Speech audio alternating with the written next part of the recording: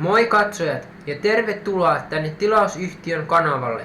Tässä mä esittelen tämän kanavan. Tää on vanha. Tää on käytetty eläinten kanavan ja muiden teknisiin juttuihin, mun animaatiosarjoihin ja sellaisiin. Tässä näkyy tää kanava. Tää on harvinainen kanava. Tää ei oo semmoista tyypillistä sisältöä, mutta niin kuin näkyy, tänne mä oon listannut eri kanavia. 1, 2, 3, 4, 5 ja 6 lista on ehkä mahdollisesti tulossa lista 7, 8, 9 ja 10 ja sitten tähän yläpuolelle laitan videot ja suositut videot siihen alle.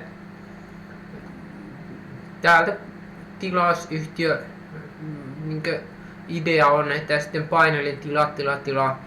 Siitä pystyy sitten tilaamaan useamman kanavan kerrallaan. Ja sitten kun on useampi käyttäjä täällä ja bränditili, sitten voi tilata.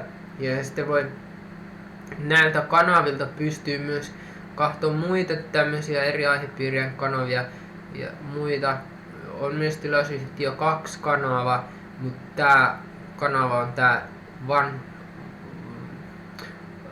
myös vanha kanava. Ja täältä näkyy esite, joka on aika vanha. Tänne on laittanut huvikseni tälleen, että ketkä omistaa mukaan animaatiohahmoista tän. Ja sitten näkyy tässä ohjeet, että jos haluaa tänne kanavalle, niin sitten saa tilaajia itsestään ja uudestaan ja showtteja ja muita. Tämmöistä hassuttelua myös. Ja täällä näkyy mun kanavia myös. Ei ole paljon. Näihin ei ole mahdollisesti enää tulossa juuri sitten uusia tilaajia.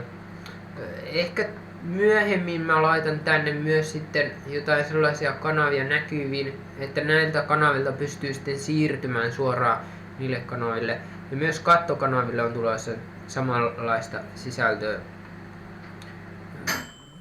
Mahdollisesti myös suorat live-lähetykset tulee tälle kanavalle ja muut tekniset jutut, mitä näihin mun kanavakokonaisuuksiin liittyy. Kiitos videon katsomisesta.